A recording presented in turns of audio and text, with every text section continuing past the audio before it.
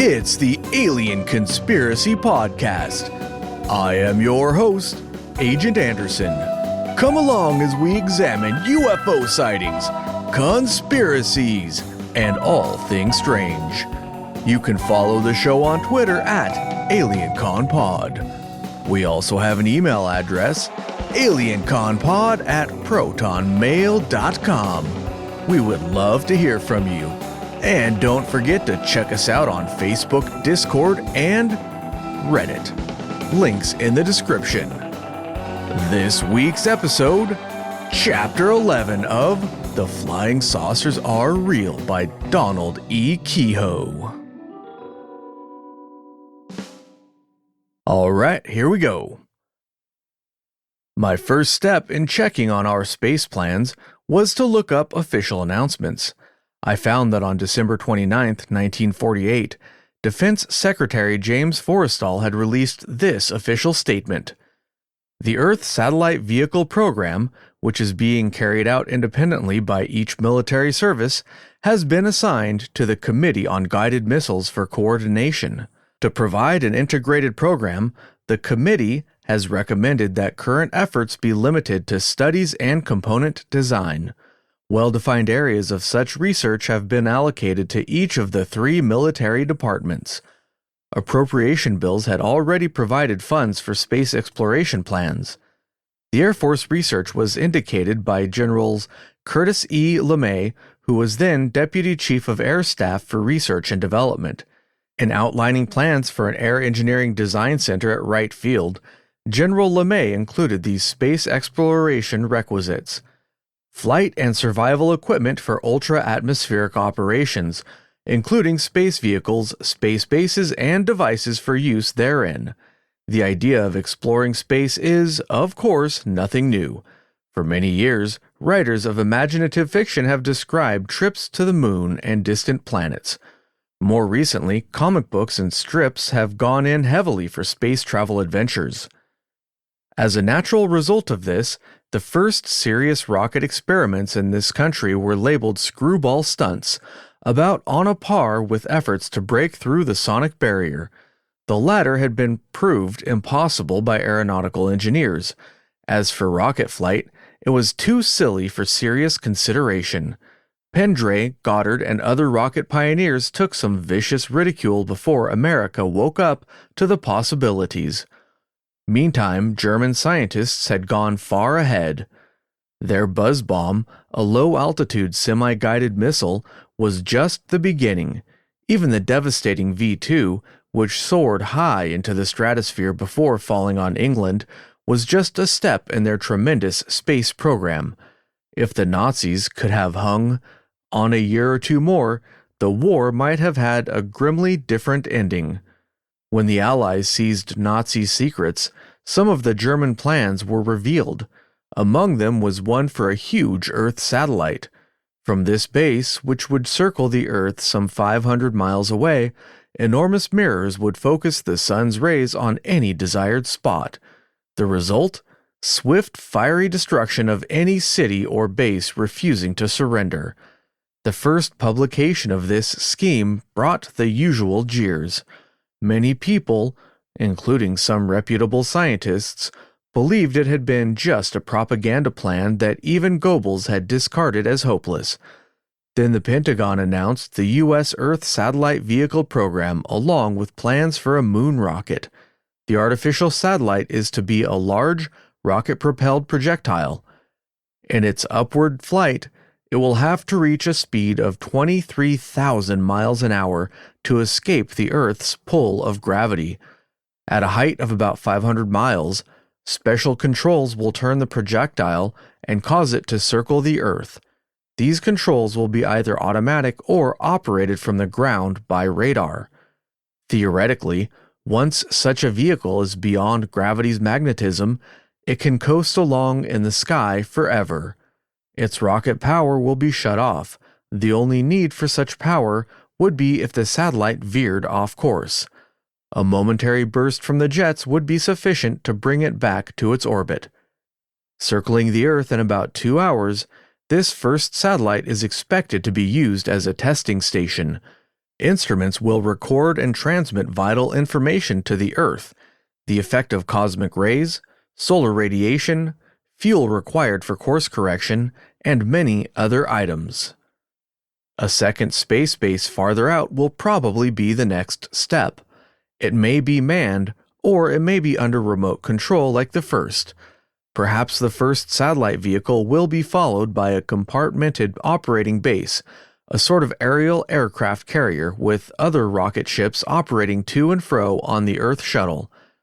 The moon rocket is expected to add to our information about space, so that finally we will emerge with an interplanetary spacecraft. The first attempts may fail. The first satellite may fall back and have to be guided to an ocean landing, or its controls might not bring it into the planned orbit. In this case, it could coast on out into space and be lost. But sooner or later, effective controls will be found. Then the manned spaceships will follow. Once in free space, there will be no gravitational pull to offset. The spaceship and everything in it will be weightless. Shielding is expected to prevent danger from cosmic rays and solar radiation. The danger from meteorites has been partly discounted in one scientific study. Probability that a meteorite will hit or penetrate a body situated in the vicinity of the Earth, by G. Grimminger, Journal of Applied Physics, Volume 19, Number 10, pages 947 to 956, October 1948. In this study, it is stated that a meteorite is unlikely to penetrate the thick shell our space vehicles will undoubtedly have. However, this applies only to the Earth's atmosphere. Longer studies using remote-controlled vehicles in space may take years before it will be safe to launch a manned spaceship. Radar or other devices may have to be developed to detect approaching meteorites at a distance and automatically change a spaceship's course. The change required would be infinitesimal, using power for only a fraction of a second. But before we are ready for interplanetary travel, we will have to harness atomic power or some other force not now available, such as cosmic rays. Navigation at such tremendous speeds is another great problem, on which special groups are now at work. A Navy scientific project recently found that strange radio signals are constantly being sent out from a hot spot in the Milky Way. Other nebula or hot stars may be similarly identified by some peculiarity in their radio emanations. If so, these could be used as checkpoints in long-range space travel. Escape from the Earth's gravity is possible even now, according to Francis H. Clauser, an authority on space travel plans. But the cost would be prohibitive. With our present rocket motors, and practical operations must wait for higher velocity rocket power, atomic or otherwise. Flight Beyond the Earth's Atmosphere, SAE Quarterly Transactions, Volume 2, Number 4, October 1948. Already a two-stage rocket has gone more than 250 miles above the Earth. This is the V2-WAC Corporal combination. The V2 rocket is used to power the first part of the flight, dropping off when its fuel is exhausted. The WAC Corporal then proceeds on its own fuel, reaching a fantastic speed in the thin air higher up. Hundreds of technical problems must be licked before the first satellite vehicle can be launched successfully. Records on our V2 rockets indicate some of the obstacles. On the takeoff, their present swift acceleration would undoubtedly kill anyone inside. When re-entering the Earth's atmosphere, the nose of a V2 gets red hot. Both the acceleration and deceleration must be controlled before the first volunteers will be allowed to hazard their lives in manned rockets. Wiley Ley, noted authority on space travel problems, believes that pilots may have to accept temporary blackout as a necessity on the takeoff. Two of his books, Rocket and Space Travel and Outer Space, give fascinating and well-thought-out pictures of what we may expect in years to come. Some authorities believe that our space travel will be confined to our own solar system for a long time, perhaps forever. The trip to the moon, though now a tremendous project, would be relatively simple compared with a journey outside our system. Escape from the moon for the return trip would be easier than leaving the Earth because of its smaller mass. To escape the moon's gravitational pull would take a speed of about 5,000 miles an hour against 23,000 for the Earth. Navigation would be much simpler. Our globe would loom up in the heavens, much larger and brighter than the moon appears to us. Radar beams would also be a guide. The greatest obstacle to reaching far-distant planet is the time required. In the Project Saucer study of space travel, Wolf 359 was named as the nearest star likely to have possibly inhabited areas. Wolf 359 is 8 light-years from the Earth. The limiting speed in space, according to Einstein's law, would be just under the speed of light, 186,000 miles per second. At this speed, Einstein states, matter is converted into energy. It is a ridiculous assumption, but even if atomic power, or some force such as cosmic rays, made an approach to that speed possible, it would still take 8 years to reach Wolf 359. The round trip would take 16. There have been a few scientists who dispute Einstein's law, though no one has disproved it. If the speed of light is not an absolute limit for spaceships, then travel to remote parts of the universe may someday be possible. Otherwise, a trip outside our solar system could be a lifetime expedition.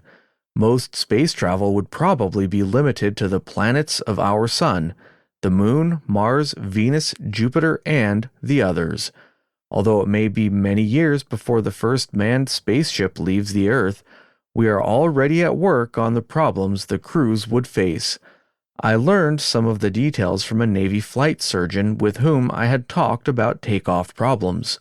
They're a lot further than that, he told me. Down at Randolph Field, the Aeromedical Research Lab has run into some mighty queer things. Ever hear of dead distance? No, that's a new one. Well, it sounds crazy, but they've figured out that a spaceship would be going faster than anyone could think. But you think instantaneously, I objected. Oh no, it takes a fraction of a second even for the fastest thinker. Let's say the ship was making 100 miles a second, and that's slow compared with what they expect eventually. Everything would happen faster than your nerve impulses could register it. Your comprehension would always be lagging a split second behind the spaceship's operation. I don't see why that's so serious, I said. Suppose radar or some other device warned you a meteorite was coming toward you head-on. Or maybe some instrument indicated an error in navigation. By the time your mind registered the thought, the situation would have changed. Then all the controls would have to be automatic, I said. I told him that I had heard about plans for avoiding meteorites. Electronic controls would be faster than thought. That's probably the answer, he agreed. Of course, at 100 miles a second, it might not be too serious. But if they ever get up to speeds like 1,000 miles a second, that mental lag could make an enormous difference, whether it was a meteorite headed toward you or a matter of navigation. One of the problems he mentioned was the lack of gravity. I had already learned about this. Once away from the Earth's pull, objects in the spaceship would have no weight. The slightest push could send crewmen floating around the sealed compartment. Suppose you spilled a cup of coffee, said the flight surgeon. What would happen? I said I hadn't thought it out. The Randolph Field Lab can tell you, he said. The coffee would stay right there in the air. So would the cup if you let go of it. But there's a more serious angle. Your breath. You'd have artificial air, I began. Yes, they've already worked that out. But what about the breath you exhale? It contains carbon dioxide, and if you let it stay right there in front of your face, you'd be sucking it back into your lungs. After a while, it would asphyxiate you. So the air has to be kept in motion, and besides that, the ventilating system has to remove the carbon dioxide. What about eating? I asked. Swallowing is partly gravity, isn't it? He nodded. Same as drinking, though the throat muscles help force the food down. I don't know the answer to that. In fact, everything about the human body presents a problem. Take the blood circulation. The amount of energy required to pump blood through the veins would be almost negligible. What would that do to your heart? I couldn't even guess, I said. Well, that's all the Aeromedical Lab can do, guess at it. They've been trying to work out some way of duplicating the effect of zero gravity, but there's just no answer. If you could build a machine to neutralize gravity, you could get all the answers except to the dead distance question. For instance, there's the matter of whether the human body would even function without gravity. All down through the stages of evolution, man's organs have been used to that downward pull. Take away gravity, and your whole body might stop working. Some of the aeromedical men I've talked with don't believe that, but they admit that long trips outside of gravity might have odd effects. Then there's the question of orientation. Here on Earth, orienting yourself depends on the feeling you get from the pull of gravity, plus your vision. Just being blindfolded is enough to disorient some people. Taking away the pull of gravity might be a lot worse. And of course, out in space, your only reference points would be distant stars and planets. We've been used to locating stars from points on the Earth, where we know their position.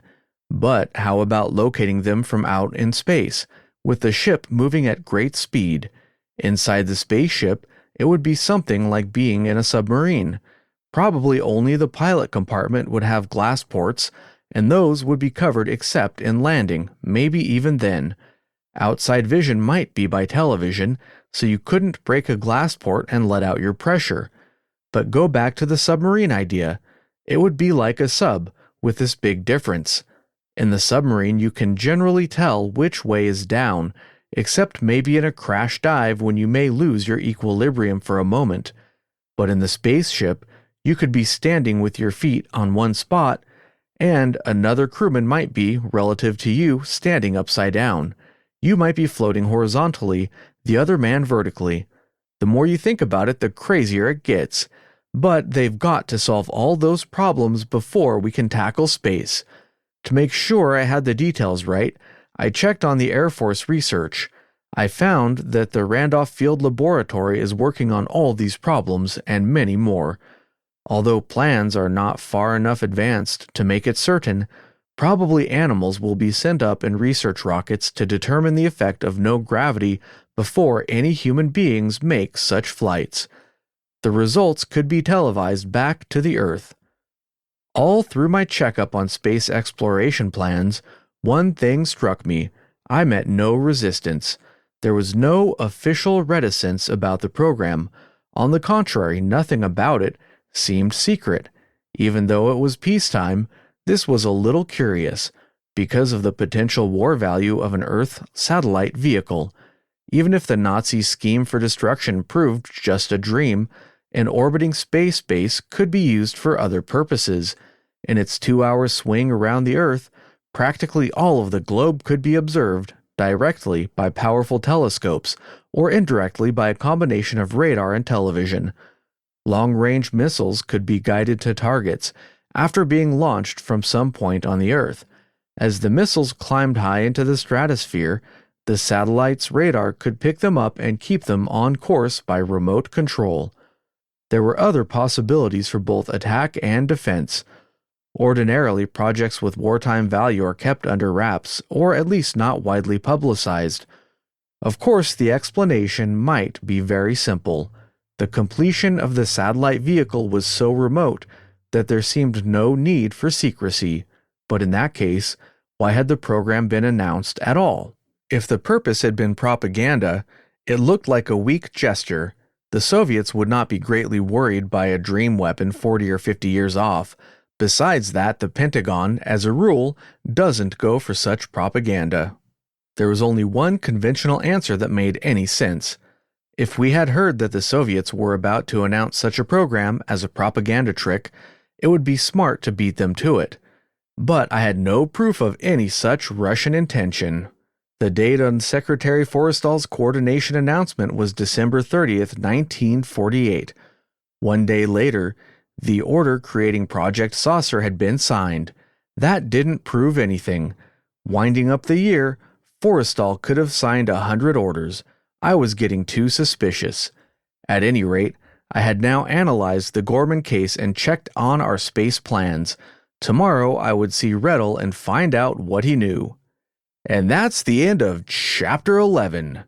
Tune in next time for Chapter 12. All right, I'm going to cut it a little bit short this week because I'm running kind of behind schedule here, so apologies for the shorter than normal episode, but we will be coming back at you live probably on Friday. So if you're listening to this on Thursday, then tomorrow night, check out our Discord, links in the description, and we usually do a live stream on there. A little rough around the edges, pre-edited, but it's still a good time. So come check us out on Discord, and this week we are going to be doing Adventure Park. Is it Adventure Park? No, Action Park. Going to be doing Action Park.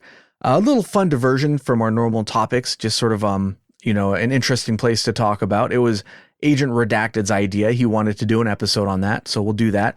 And then we were planning on doing Indrid Cold, and we still plan on doing that, but we're going to push it off by 1 week and do Indrid Cold the following week.